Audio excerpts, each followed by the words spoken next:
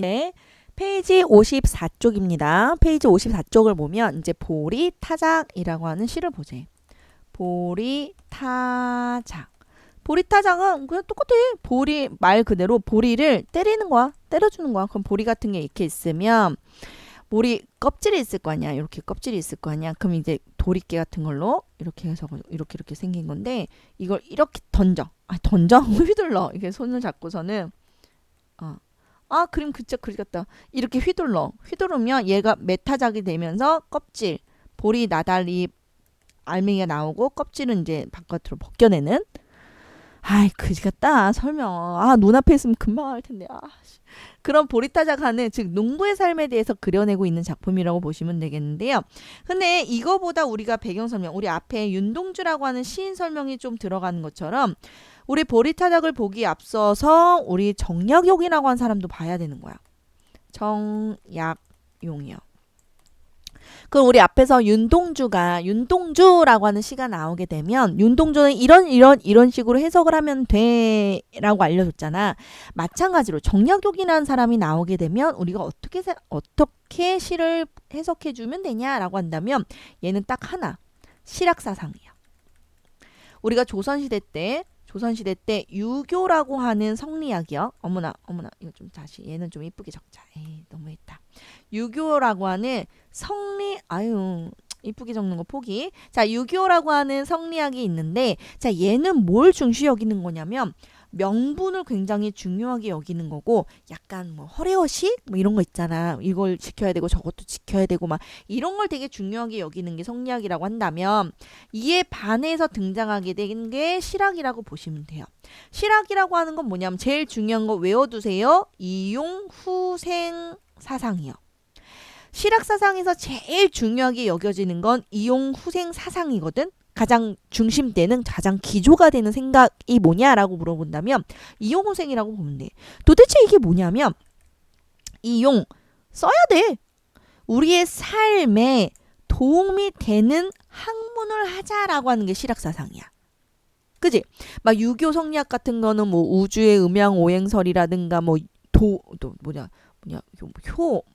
교리 막 이런 걸 중심으로 여기잖아. 이런 것들 되게 추상적인 개념을 중요하게 여긴다면 실학은 뭘 중시 여기는 거야? 과학. 그치? 실질적으로 우리 삶에 도움이 되는 거 그걸 하자는 거야. 자, 그럼 정약용이 가장 대표적인 실학자 중에서 가장 대표적인 사람이 정약용이라고 보시면 돼요. 그렇기 때문에 얘는 허례허식 너무 싫어해. 그리고 기존에 있던 양반들의 생각을 다 까. 거의 대부분 그래요. 정약용이 시도 쓰고 소설도 쓰고 수필도 썼거든. 굉장히 다방면의 문학 작품이 우리 교과서에 굉장히 많이 나오고 수능에도 출제가 됩니다. 그렇기 때문에 우리가 정약용이 나왔어? 그럼 무조건 뭘 생각해? 실학사상. 기존의 유교를 까는구나. 깐다는 건 비판한다는 거야. 내가 자꾸 깐다라고 얘기하니까 애들이 서술형이 자꾸 깐다 이렇게 기존의 양반들을 까고 있다 이렇게 적는단 말이야. 이러지 마. 그러지 마시고 비판하고 있다 혹은 풍자하고 있다 이렇게 해주시면 되겠죠. 괜찮지? 자, 그럼 요걸 중심으로 한번 봅시다. 그렇다면 이 사람은 지금 뭐하고 있어? 보리를 타작하는 그런 농부들의 모습을 노동하는 모습을 지금 바라보고 있는 거야. 되셨죠? 자, 시적 화자 위치 봅시다. 시적 화자의 위치를 보면 실질적으로 농산일에 참여는 하지 않아. 그럼 농산일을 하고 있는 걸 지금 뭐 하는 거야? 관찰자적인 입장에서 바라보고 있다고. 이게 중요합니다. 화자의 위치가 중요해요. 시험 문제 하나. 되셨죠? 자, 그럼 화자의 위치는 실질적으로 농산일에 참여하지 않아. 그 농산일을 하는 그 모습을 그냥 관찰자적인 입장에서 바라보고 있다. 볼게요. 그럼 이 사람이 뭘 보는지 봅시다. 자, 이 시도 마찬가지로 시 읽기 전에 한번 읽어봐야겠다. 시간 안 줄 거야. 동영상 멈추고 한번 읽고 오세요. 짠! 너무 싫어. 너무 싫어. 진짜 너무 싫어. 어쩔 수 없어. 이놈의 코로나. 합시다. 새로 걸은 막걸리 젖빛처럼 뿌옇고 큰 사발에 보리밥 높이가 한 자로세. 우리 알잖아. 우리 일하다 열심히 일하다 막걸리 맥주 이런 거 한 잔 착 마시면 알지? 우리 진영이는 알 것 같아 왠지.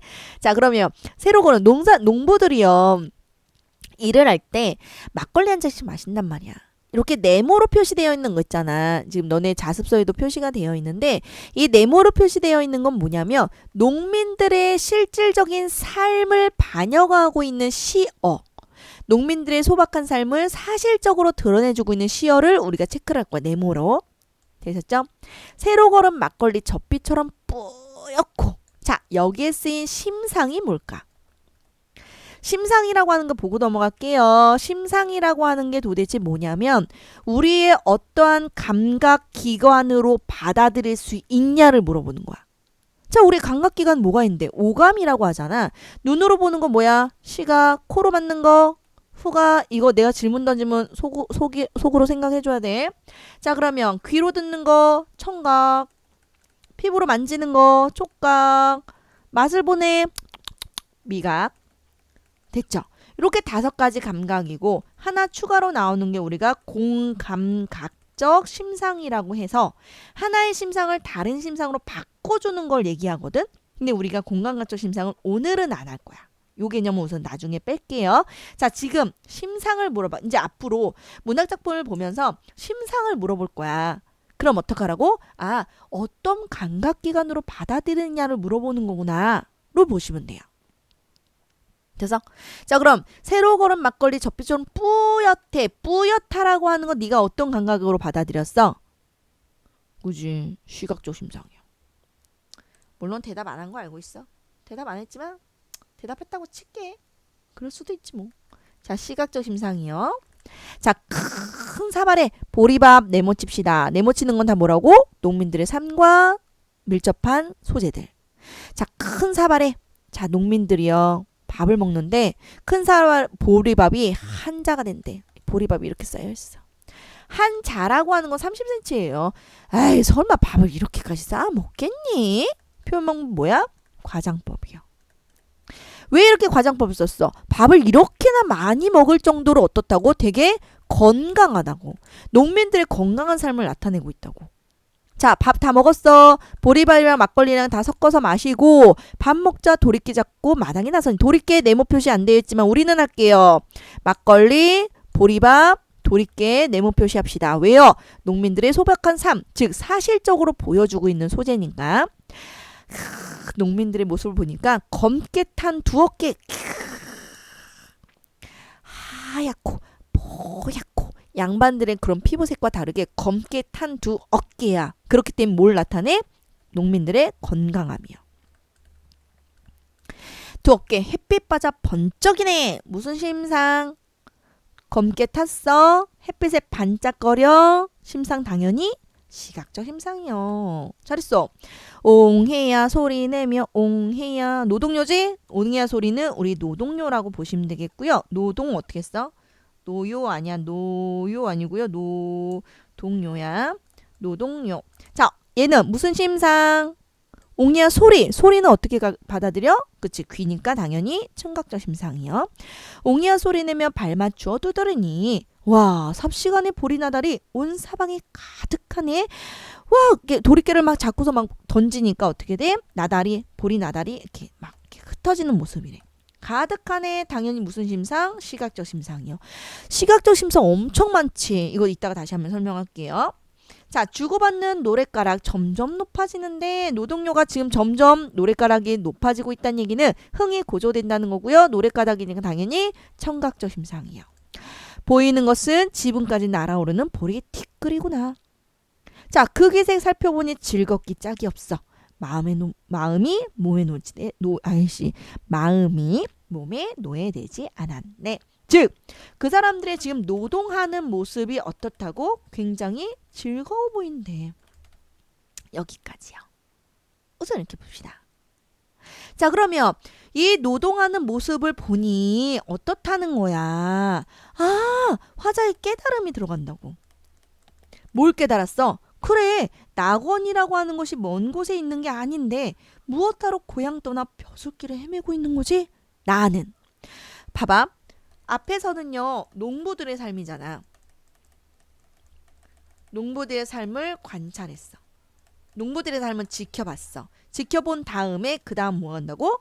깨달음이 들어가. 깨닫기 위해선 뭐가 필요해? 성찰이 들어가겠다. 그럼 우리 아까 했던 쉽게 쓰여진 시랑 우리 비교해 봅시다. 얘랑 보리, 타작의 공통점은 뭐라는 거야? 아, 둘 다 지금 뭐 하고 있어? 자, 나 글씨 그리겠네. 성찰적인 자세가 드러나 있고요. 본인의 삶에 대한 반성이 들어가 있다고. 그러니까 이게 두 개 같이 묶어서 시험 문제 나올 수 있겠지. 그죠? 쉽게 쓰여진 시랑 보리타작의 공통점은 뭐라고? 성찰하고 반성하고 있다. 그럼 이 사람은 뭘 깨닫게 됐고 뭘 성찰하게 됐냐면 그래, 낙원이라고 하는 것, 즉 우리가 생각하는 이상적인 세계라고 하는 것이 바로 먼 곳에 있는 게 아니야. 그럼 어디 있어? 바로 이 농산일을 하는 이 모습이 낙원 자체라고.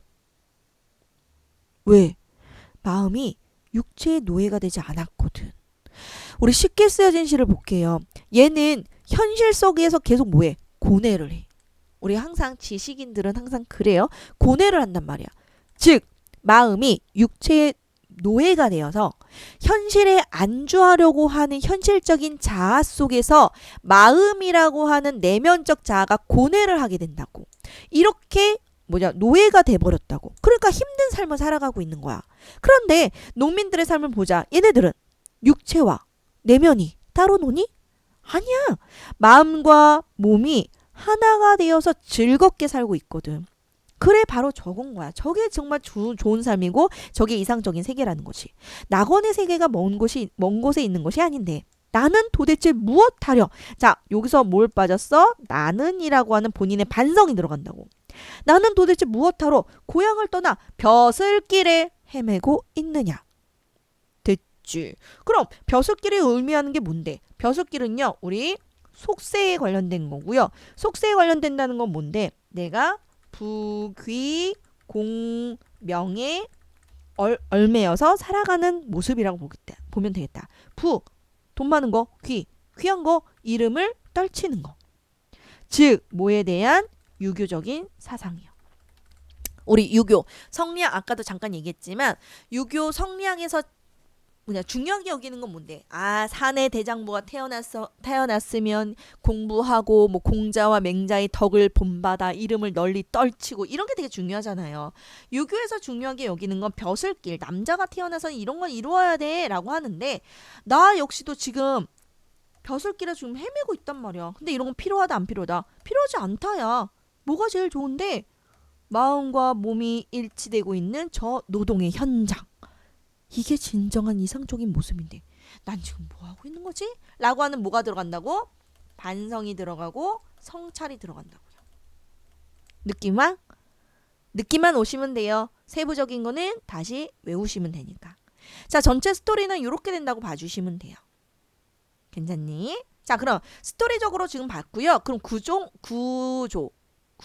구성을 한번 볼게요. 자, 지금 잘 보이는지 모르겠지만 그러지 마. 됐다. 구성이 잘 보이는지 모르겠지만 자, 이렇게 보시면 내가 옆에 사진에 잘렸어. 이렇게 원래는 옆에 이렇게 사진에 뭐가 나와야 되냐면 한문이 나와야 되거든. 이렇게 한문이 적혀 있을 거야. 그지? 자, 그렇기 때문에 얘의 갈래가 뭐게? 한문으로 쓰여진 한시라고 봐주시면 돼요. 한문으로 쓰인 한시인데 얘를 우리가 한문을 해석을 못하니까 이렇게 현대어로 해석하고 있는 건데 시험에는 한시가 나오진 않아. 한문이 나오진 않아. 그럼 뭐가 나와? 현대어로 풀이되어 있는 요게 시험 문제 나온다고 보시면 되겠고요.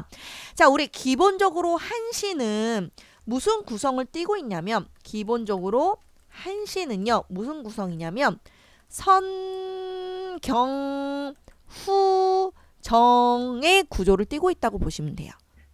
그럼 성경후정이 뭔데? 먼저 선자야. 뒤후. 앞부분에서는 이렇게 적어주면 좀 더 편해. 앞부분에서는 배경에 대해서 이야기를 하고 있고 뒷부분에서는 자신의 감정에 대해서 노래하고 있다. 이러면 좀 더 편하지. 그지? 자, 선경 후정의 구조라고 하는 게 도대체 뭐냐면 앞부분에서는요. 여기까지요. 선경에서는 뭐하고 있다고? 배경. 뭐하고 있어? 농부들이 보리타작을 하는 모습을 무엇을 통해? 시각과 청각적인 심상을 통해 거의 묘사해주고 있어요. 화자가 관찰해주고 있어요. 그지? 그 다음에 뒷부분에서는 뭐 해주고 있어? 후정. 자신의 감정. 어떤 감정? 반성. 나는 왜 벼슬길에서 헤매고 있냐라고 하는 반성과 성찰. 그리고 깨달음. 이게 들어가 있다고 보시면 되겠죠. 그래서 한시의 전체적인 구조 어떻게 된다고? 선경 후정의 구조를 띠고 있고, 자, 그 다음에 한시는요, 이런 구조는 우리가 이분법적 두 개로 나눴을 때를 얘기를 하는 거고, 기본적으로 한시는 네 부분으로 나뉘게 됩니다. 기, 승, 전, 결이요. 기, 승, 전, 결이요. 기승전결 모르겠어요. 몰라도 돼. 괜찮아. 거의 대부분 우리가 문학 작품에서 세 부분으로 나뉜다 그러면 기, 서, 결로 그냥 이름을 붙인 거야. 이렇게 나누고요. 네 부분은 나뉘어? 그럼 기, 승, 전, 결이에요. 이렇게 나뉘어요. 다섯 부분 나뉜데. 그럼 발단, 전개, 위기, 절정, 결말로 나뉜대. 이런 식인 거야. 세 개, 네 개, 다섯 개 어느 게 나뉘는 부분? 에 따라서 이름을 그냥 붙여놓은 거라고 보시면 돼요. 그럼 얘는 어떻게? 기승전결이라고 하는 4단 구성의 선경 후정이라고 하는 구조를 띠고 있다라는 거 두 가지만 알고 계시면 되겠다. 됐지? 됐어? 끝? 자, 그러면 이제 뒤에 넘어가 주시면 정리 한번 할게요. 54쪽 그냥 밑으로 내려왔어요. 54쪽에 밑에 보시면 작품 개관이 있습니다. 작품 개관 살펴봅시다. 자, 아까 설명했지만 갈래는 뭐라고? 맞아. 한시야. 갈래는 한시고요. 행이라고 하는 건 뭐냐면 한시의 세부적인, 그러니까 세부 갈래라고 보시면 돼요. 글씨 그지 같아. 세부 갈래라고 봐주시면 돼요. 그러니까 한시 중에서도 행이라고 하는 거구나. 자, 성격 봅시다. 성격 왜 사실적이야? 아까 네모 표시한 거 있잖아. 막걸리, 보리밥, 도리깨 이런 거 있지. 이런 것들 다 농부들의 삶을 현실적으로 보여주기 때문에 사실적이고요. 성찰 설명할 필요 없지. 화자의 반성이 들어가고 있고 성찰이 들어가고 있네요. 자, 주제는 뭐라고? 농민들의 건강한 노동, 그 다음에 농민들의 이해를 통한 자기 삶의 성찰 마지막 부분에 들어가게 되죠. 자, 특징 보자. 특징 첫 번째 일상적인 언어. 막걸리, 보리밥, 도리깨. 그럼 일상적인 언어 사용함으로써 생동감, 현장감 강화하고 있다. 그죠? 현실감을 주겠다. 그 다음에 시각적, 청각적 우리 되게 많이 했잖아. 시각적, 청각적 이미지를 사용하여 동적 이미지야. 동적 이미지. 동적 이미지라고 하는 건 움직임이 있는 이미지고요. 자, 움직임이 있다는 건 뭘 드러내고 이걸 통해서 뭘 드러내고자 하는 건데 노동의 건강함. 이걸 드러내기 위해서 동적 이미지를 사용하고 있다. 되셨네요. 자, 퇴근 과제 드립니다. 퇴근 과제는요. 자습서. 자습서네요. 자습서 당연히 54쪽부터 문제 이거 학습활동 안 해. 이거 당연히 다 읽어보셔야 돼요. 한 글자도 빼지 말고 다 읽어보시면 될 것 같고요. 문제가 그지같이 별로 없어. 자습서 마음에 안 들어. 자, 59쪽까지 이렇게 하면 퇴근 과제가 되겠습니다. 끝!